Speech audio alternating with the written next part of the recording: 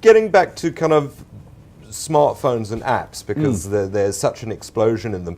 Who actually monitors the apps on the iStore and on the Google Play Store? Oh, you mean in terms of how the apps are written? Yeah. Okay, that would be the kind of information that they're getting, because I mean, you've got all your information. Okay, so the actual requirements for collecting data is not monitored by the App Store administrators. Okay, so if the app is written and it says I need access to your contacts, your phone book, your Facebook, your GPS, blah blah blah blah blah.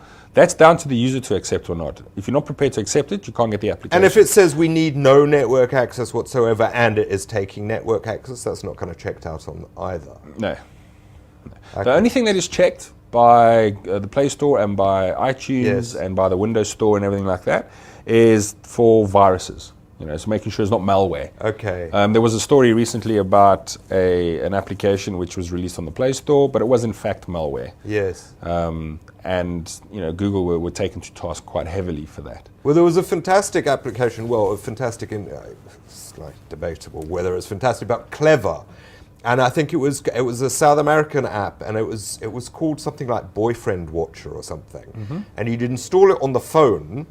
And what it would do was it would mirror all the SMSs to another number.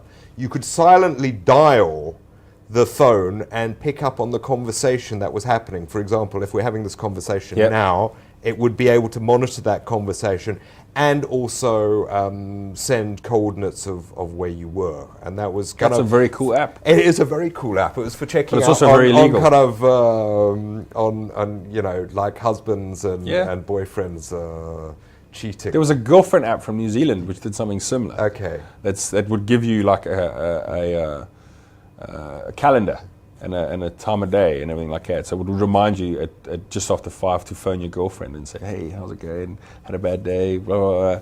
So yeah, I mean, there's lots of innovation in that space. The issue is, again, it's down to the individual. It's what you are prepared to share. It's what you are prepared to accept. You can't just please stupid and say, well, I didn't know that the application was going to do this about me. Whenever you install stuff, you need to read stuff. I mean, I know it's a major headache to try and understand and read terms and conditions and all that sort of stuff for pieces of software. Like, for instance, when you install a new piece of software, who actually reads the terms and conditions? Well, aside from, I'll put up my hand, I actually do read it. Yes. But the majority of people are like, no, I just want to install, click, install. So they don't actually, they don't go through that process. And a lot of the vendors rely on that. They rely on that. They make it very onerous, and they make it so involved that people eventually reading, and they'll start falling asleep. I'm not bothered about this.